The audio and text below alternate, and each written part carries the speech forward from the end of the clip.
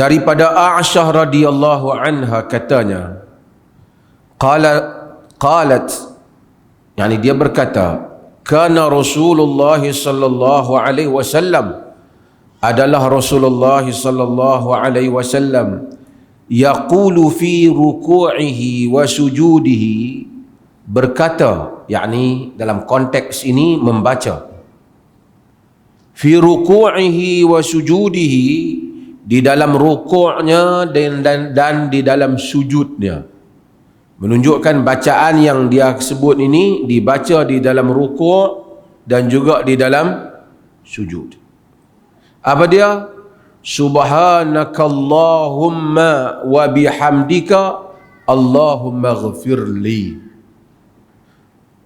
Maha suci engkau ya Allah, dan pujian, segala pujian untukmu, bagimu. Allahumma ghafirli, ya Allah ampunkanlah aku. Kata Aisyah radhiyallahu anha, ini dibaca di dalam rukuk dan sujud. Okey, ada beberapa hal di dalam rukuk dan sujud di dalam hadis yang lepas.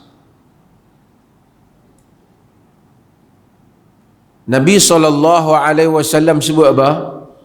Bahwasanya wa inni nuhitu an aqra Quran raki'an aw sajida. Aku dilarang membaca Al-Quran ketika rukuk ataupun sujud. Ada orang tanya minggu lepas, pasal saya ni ada orang hantar email tanya, macam mana kalau dia baca doa-doa daripada Al-Quran seperti Rabbana atina fid dunya hasanah wa fil akhirati hasanah wa qina azabannar?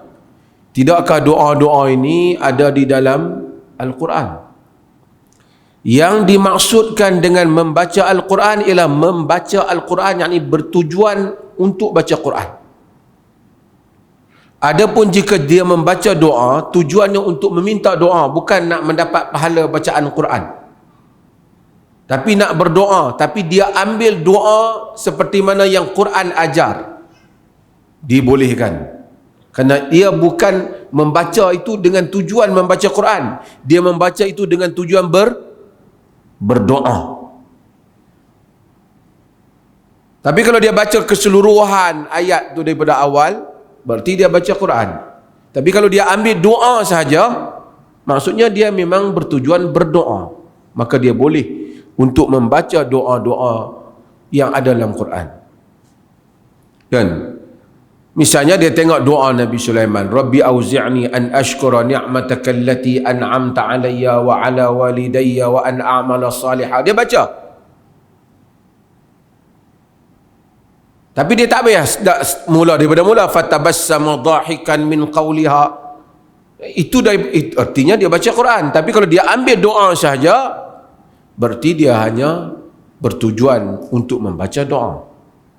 Ini tak termasuk di dalam larangan yang disebutkan di dalam hadis yang lepas.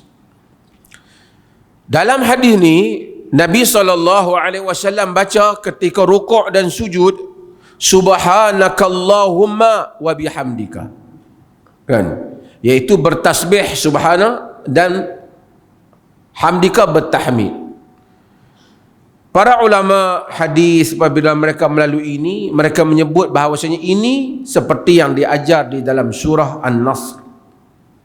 Idza jaa nasrullahi wal fath wa ra'aitan nasa yadkhuluna fi dinillahi fasabbih bihamdik. Jadi bertasbih dan bertahmid. Jadi ini adalah hadis ini melaksanakan apa yang disebutkan di dalam surah An-Nasr. Cumanya di hujung hadis ni, dia ada Allahumma ghafirli, ya Allah ampunkanlah aku.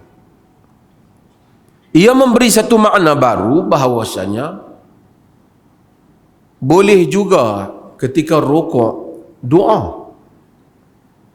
Walaupun hadis sebut Nabi kata fashtahidu fi doa, Nabi suruh masa sujud maka bersungguh-sungguh di dalam pada doa, kan? Tapi hadis ni kata Aisyah Nabi baca semasa rokok dan sujud, bagi menunjukkan sujud juga boleh juga, rokok juga boleh juga memohon keampunan daripada Allah Azza wa Jalla. Tuan-tuan hadirin yang dirahmati Allah, kalau kita baca Al-Quran keseluruhannya, kita baca hadis-hadis Nabi sallallahu alaihi wasallam, kita akan dapati suruhan yang antara yang banyak yang disuruh manusia ni lazimi, tak kira siapa pun dia, ialah suruhan beristighfar. Tengok yang ni, hujung Allahumma ghafir, Allahumma ghafirli. Di dalam hadis yang diriwayatkan oleh Imam Muslim daripada Abu Hurairah radhiyallahu anhu, kata Abu Hurairah, Nabi kana yaqul, Nabi ini dia kata fi sujudihi, di dalam sujudnya, Allahumma ghafirli dhanbi kullah diqqahu wa jillahu wa awwalahu wa akhirahu wa alaniyatahu wa sirrahu. Kata Abu Hurairah, Nabi sallallahu alaihi wasallam, ni hadis Muslim, kana yaqulu fi sujudihi, Nabi kata apa masa sujud dia? Allahumma ghafir dhanbi kullah, Allahumma ghafirli Allahumma ghafirli dhanbi kullah, ya Allah ampunkanlah dosaku semuanya. Allahumma ghafirli dhanbi kullah, ya Allah ampunkanlah dosaku semuanya sekali. Diqqahu wa jillahu, yang mana yang halus, yang kecil, wa jillahu, yang banyak, yang besar. Awwalahu wa akhirahu, yang awal dan yang akhir.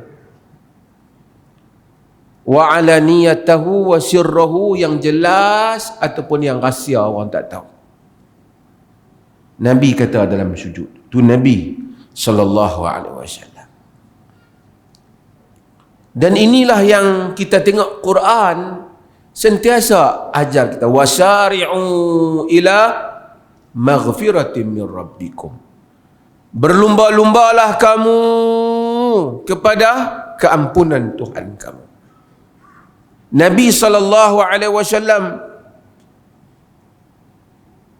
Nabi dia sujud, dia minta Allah ampun semua. Allahumma ghafirli dhanbi kullah diqqahu wa jillahu wa awwalahu wa akhirahu wa alaniyatahu wa sirrahu. Ya Allah ampun dosaku semuanya, yang mana besar, yang kecil, yang dulu-dulu, yang awal dulu, yang kemudian, yang jelas, yang tak jelas, tolong ampun. Hadirin dan hadirat sekalian, tidak ada satu amalan yang melapangkan dada manusia, yang memberikan ketenangan kepada manusia melebihi istighfar. Tak ada. Sebab tu orang yang melazimi istighfar sehari ratusan, ribuan, amalkan.